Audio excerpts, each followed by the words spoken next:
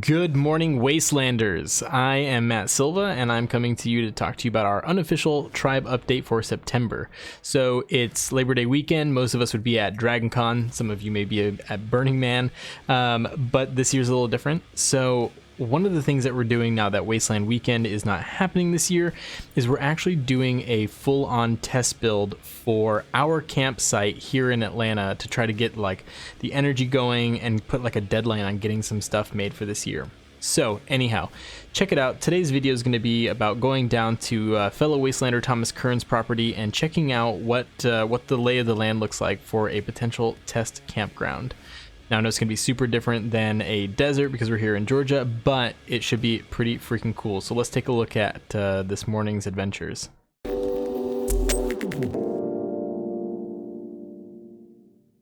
All right, so Thomas Kern says that he's actually running a little behind, so that means that I'm going to do what any reasonable human being would do with a little extra time in the South.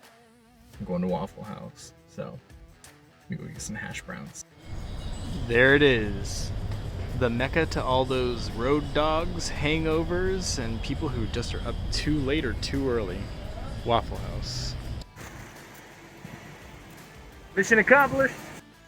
Check this out. Oh my gosh. Okay, so Thomas has this property. We're down in Locust Grove, Georgia. It's about an hour south of the shop.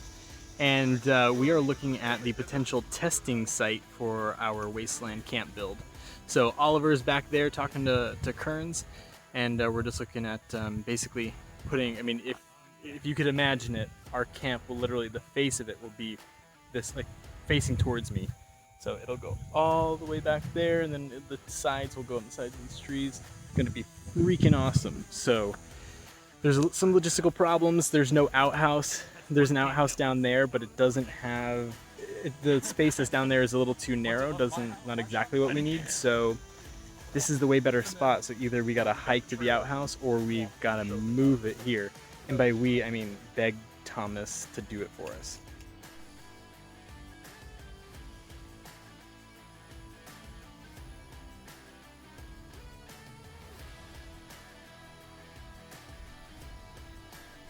Not gonna lie, Thomas, this is kind of magical.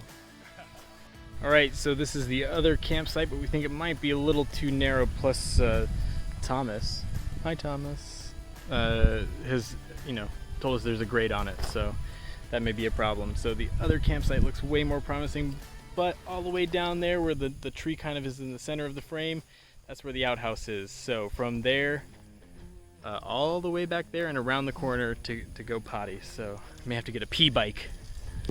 Okay, check out this little like crossfade I did. I took a picture of the campsite where it's going to be, and I just kind of faded in a section of the concept art that we have. It's pretty crude, so forgive me. I'm not a tech wizard. I build stuff with my hands.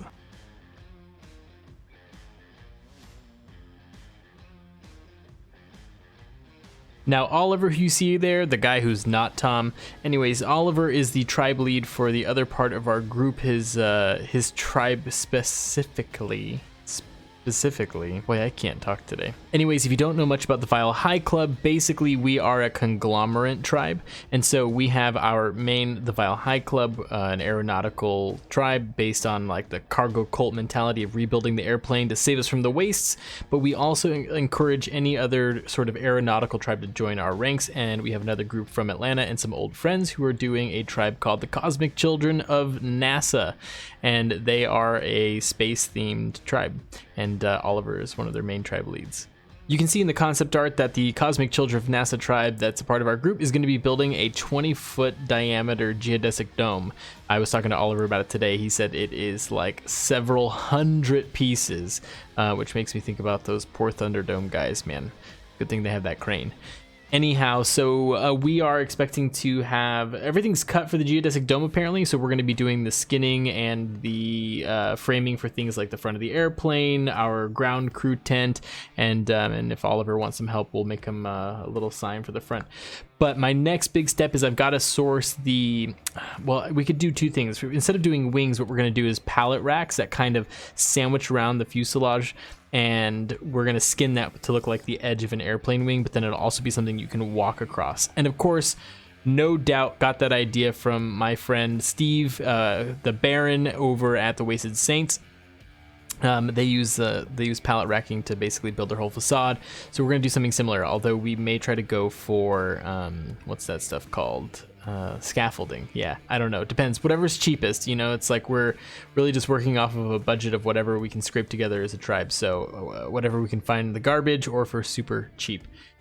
Anyways, I think that's going to be it for my update today. I just really am excited to show you guys all this stuff. Might throw up a couple more pictures of the fuselage project. And hopefully I will have some more stuff for you. Wait. Oh my god. I didn't even realize I'd put my headphones in while I was editing and then never took them off, and I recorded that whole thing. So I'm gonna take those off and bump the mic.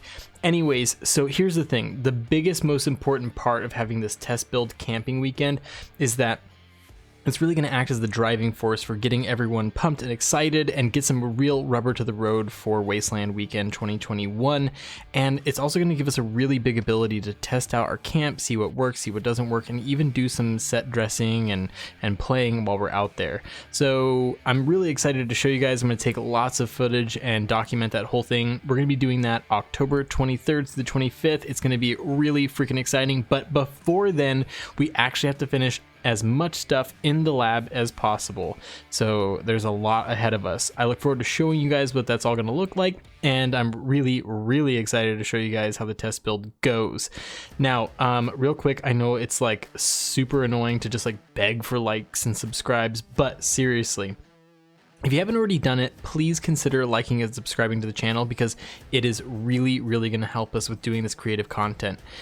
We're actually starting to pick back up in the lab, and that's good news. You know, we're a full-blown prosthetic makeup effects company, and it's been dead. So it's good that we have a few projects coming in that are going to help us be sustained, but that also means that it takes away from our ability to do a ton of stuff for YouTube.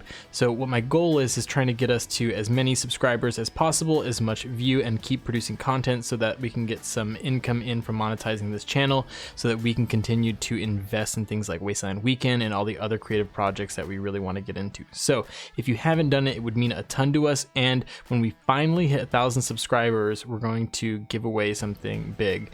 Now, we haven't really talked internally about what we're going to do exactly yet, but I think maybe in the next video or two, we're going to come up with a really cool prize. We're going to do it so once we hit 1,000 subscribers, we're going to pick a couple from a hat. We're going to make sure that they're all still active on YouTube and in our channel, and then we're going to do a like final round and pick a winner and give away something from our studio. So if you haven't done so, like and subscribe now, because that's the only way you're going to be seen in the pool. So with that, I will see you guys in the next one. Catch you later, Wastelanders.